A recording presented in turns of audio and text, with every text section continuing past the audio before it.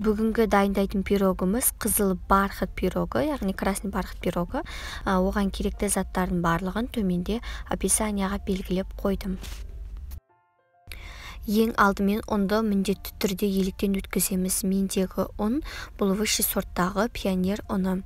Одан кейін сармайды, яғни закрома. Бұл жерде 82,5% сармайды мұздатқышқа алдын ала салып қоямыз да, осылай кейін үккіштен өткіземіз. Сонда жақсы өтетін болады. Осылай ұнға ары бері жаңағыдай астын үстін малып өткізіңіздер.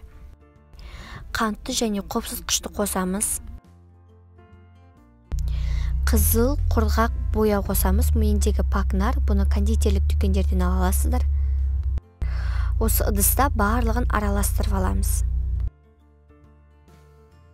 7-8 қасық су қосамыз.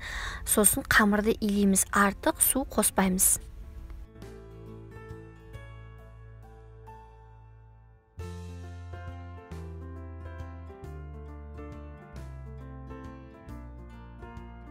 Осы дайын болған қамырдың кішкентай бөлігін алып, морозильникке 10-15 минутқа қоямыз.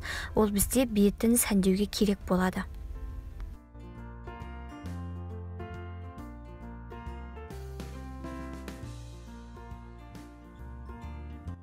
Диаметрі 24 см болатын қалыпқа пергамент қағазын қоямыз. Жан-жағын ешқандай майлаудың қажет жоқ, өйткені қамырдың құрамының өзінде майы жеткілікті.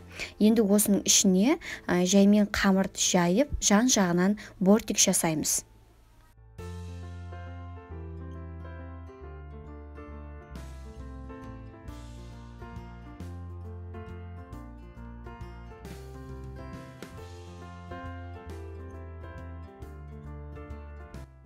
Шеттері біркелкі көріну үшін осылай шаншқымен бір тегістеп шығамыз.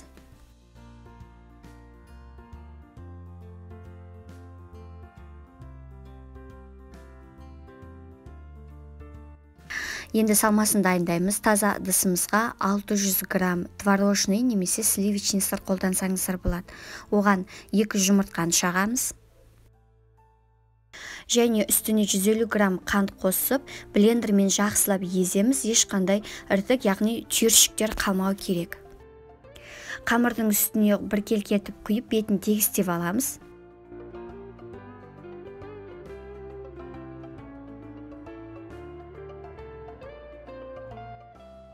Кейін осы бастапқы кезде морозильникке алып қалған қамырды бетін сәндеу үшін осылай үккіштің үлкен тішелері арқылы өткізіп сәндейтін боламыз. Пирогымызды қызып тұрған пеште 180 градуста 20-25 минутта пісіріп аламыз. Міне пісіп шыққан пирогымыз бөлме температурасында толықтай суыған болу керек. Енді осыны қалпынан шешіп алып, тоңазытқышта кем дегенде 4-5 сағатқа қоямыз. Менде холодильникте 3 сағат тұрды. Негізі қанша көп тұрса сонша жақсы, тіпті бір түнге қойып қойсаңыздар да болады.